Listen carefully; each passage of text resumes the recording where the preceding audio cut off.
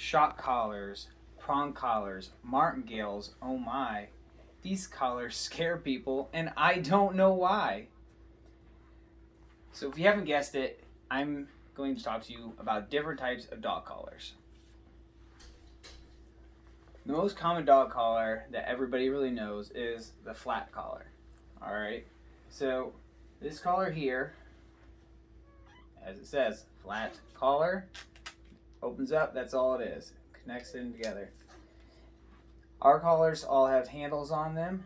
They're really nice. If you just need to go and grab your dog, you can go. You don't have to worry about getting your hand underneath it and possibly putting too much pressure on your dog in a different spot, or your ring, if you know you're a woman or a man, depending on what kind of ring you have, going into your dog and hurting him in some sort of a way. And it's just an easier to grab.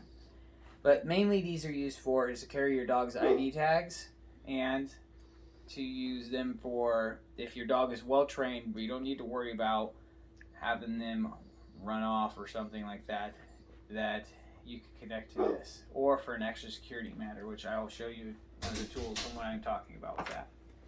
So next I want to talk to you about is the slip lead. So it is a leash and collar all in one. So what it is this part right here, it adjusts. Slip it over your dog, and you slide this down, and then that would provide it so that way if you put it on your dog, it won't slip. Sarge is over here at my foot trying to get it. He's a husky. And that way you could have a leash and a collar all at the same time. So that way you don't have to worry about having that if you don't have one, in case you were either really used in humane societies or dog training facilities is where you'd see them a lot. We use them at our house depending on what we're doing with our dog. They're a great training tool. They're not that expensive. I mean, you can find them on the Wish app for like $5. Next I want to talk to you about is the Markdale Collar. It was created by Henry Martin in the late 1980s. I have a small one I found. So all it is it's basically a flat collar with either a piece of metal put onto it or another piece of webbing. What it does is it goes around your dog, and then whenever your dog you could use as a negative correction, it's saying, let's say he's trying to pull this way, you go no, and get him back on track. It's a less intense prong collar, you could say. These are an amazing training tool, especially if you're worried about using something like the prong collar, which I'm going to get to next. You just give a little pop, just like the same as a prong collar, as your correction tool. This would be the step I would use before you went to a prong collar. If you did, even if you don't want to use a prong collar, this is what I would use instead of using a flat collar. Flat collars, you can't do the same reaction and get what you would like as what this could. And flat collars are known that it will put a pressure just on one point, so you could put too much pressure on their trachea, causing damage to your dog's trachea. And over time, it could really hurt them, possibly causing life-threatening issues. So Markdale collars are an amazing tool. Next is a prong collar. Prong collars were first used by an American named Hans Tusuti.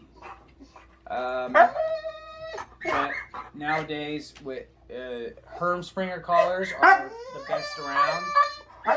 They started in 1872, and they will, if you go Google it, you're going to find that Hermspringers are like the number one out there. They're going to be the top 5. Sorry, I pick up these. Everybody's so scared of prong collars. Sarge over here is really worked up due to the fact that I picked up the prong collar. So, as you can see, prong collar, it's not as bad as people think. Like, I'm pulling pretty hard. I don't even necessarily do that to my dogs. And I'm not going, ah! It's not that bad. They go together pretty easily. So, they have this loop here that goes in. You'll connect it around to a chain. There's different variations of prong collars. But that's how this one works. It is a Herm Springer. All Herm Springers say Springer on the tab here. They are better quality. You can get different types of prong collars. This is just one of the better qualities you're going to find out there. This right here is what I was talking about, where I would use this in accordance with a flat collar. So you connect the shorter side to your prong collar. This was where your leash would go, and this would connect to your flat, because these are known to possibly pop off sometimes because they're not as scary and threatening as some people think. It is a correction collar. This is another type of Herm Springer prong collar. It slides here and comes off. It's real quick and easy to put on. With this kind of collar, because of the extra locking mechanism, you don't really need to use the double protection that I was showing. And then this is what you call it is a prong collar, also known as a keeper collar. It's a little bit newer, still same design. You can put it in. We only have a couple of these. They are a little bit more pricey. You can find them on Amazon. They're an amazing tool, though. Sarge is sitting here just like glaring at me like, take me for a walk. Alright, so those are the prong collars that I have. They're an amazing tool. When you use them, you want to have them high. Think of high and tight. You want to have them up here by the dog's face. And that way, you don't want it to be too tight, but you want it to be snug so that way it won't slip down, because this is where you want the correction at. That's where a lot of people mess up at with them. And when you have the up here, it'll get the correction you want, and you won't hurt them. You also, when you use them, it's just a quick snap. It's not a, you're not trying to like pull the dog's head off it ever. So it's just a quick, that's all you got to do. And the dog will react to it. It just pinches them. It doesn't hurt them. So next one we talk to you about is e-collars. They've been around for about 30 years now. This is ours. It's a Dogtra. They are a big brand. They're also a little bit more on the pricey side, but they're pretty amazing tools. We have this high-speed slip-on bungee collar, you could say. Most of them come with a webbing type material like this. It's like plastic, that because this one is waterproof. It can go into the water. They're great for hunting dogs and just training your dog. This way you can put this on your dog, even if it's a well-trained dog. Let's say this goes up to 3/4 of a mile, that this could be away from this. So on my dog, obviously, I have this on me. My dog sees a squirrel and he runs off. He breaks the leash or slips out of my hands, whatever it is. We have this on him, and we've worked with it. So I know when I press my vibrate, if he doesn't come back, I can move to my nick, which is going to shock him just a little bit for half a second and then be done, or the constant, where it's just going to shock it until I stop pushing that button. And some people might say, "Oh, that sounds so mean." It's not that mean. Think about if your dog's about to run into a busy highway.